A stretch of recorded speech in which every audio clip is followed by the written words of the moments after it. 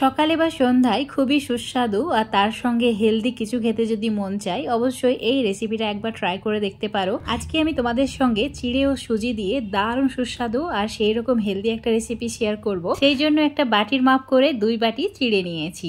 নিজেদের প্রয়োজন বুঝে চিড়েটা কম বেশি করে নিতে পারো। চিড়ের মধ্যে অনেক নোংরা থাকে, তাই খুব ভালো করে পরিষ্কার করে ধুয়ে নিতে হবে। আমি 3-4 বার জল পাল্টে ভালো করে ধুয়ে নিয়েছি। এবার জল ঝরিয়ে একটা বাটির মধ্যে নিয়ে নিচ্ছি আর তারপর হাফ বাটি মতো জল অ্যাড করে ভালো করে মিশিয়ে নিয়ে এইভাবে কিছু সময়ের জন্য রেখে দিতে হবে। আমি ঢাকা দিয়ে রেখে দিলাম। অন্যদিকে আমি কিছু কাজু ছোট ছোট টুকরো করে কেটে নিয়েছি, তার সঙ্গে অল্প হাফ ইঞ্চ মতো আদা এইভাবে কেটে নিয়েছি আর 3টি কাঁচা লঙ্কা ছোট ছোট করে কেটে নিয়েছি। এর সঙ্গে অল্প একটু গাজর গ্রেট করে নিতে হবে আর অল্প একটু ধনেপাতা ছোট ছোট করে কেটে নিতে হবে।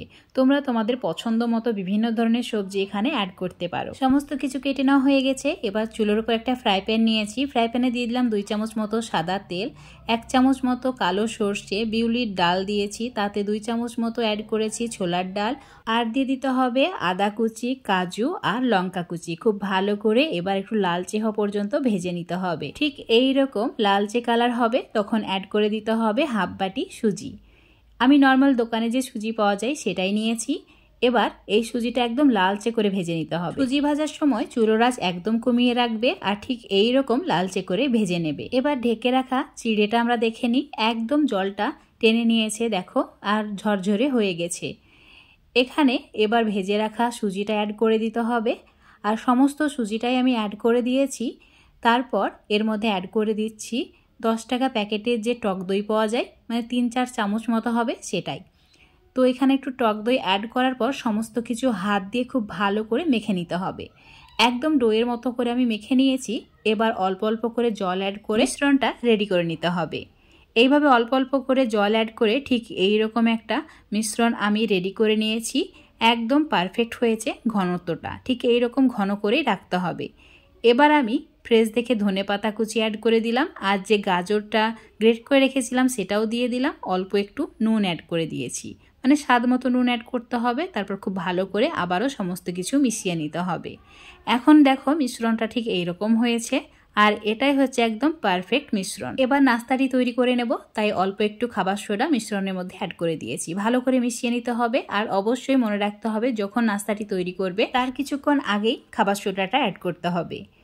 এবার আমি একটা টিফিন বক্সে অল্প একটু তেল ব্রাশ করে নিয়ে এই মিশ্রণটা অ্যাড করে নিলাম আর এইভাবে সমস্ত মিশ্রণটা টিফিন বক্সের মধ্যেই নিয়ে নিতে হবে আর খুব ভালো করে চারিদিকে ছড়িয়ে দিতে হবে। তোমরা যে কোনো সাইজের টিফিন বক্স বা কেক টিনের মধ্যে এই নাস্তাটি তৈরি করতে পারবে। এবার উপর থেকে অল্প একটু গ্রেট করা গাজর এইভাবে ছড়িয়ে দিচ্ছি। এতে নাস্তাটি দেখতে খুবই লোভনীয় লাগবে।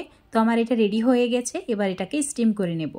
স্টিম করে নেওয়ার জন্য কড়াইয়ে জল নিয়েছি আর একটা স্ট্যান্ড বসিয়ে তারপর এইভাবে রেখে দিলাম, ঢাকা দিয়ে দিলাম। এখন 15 মিনিট আমি মিডিয়াম ফ্লেমে রান্নাটি করে নেব।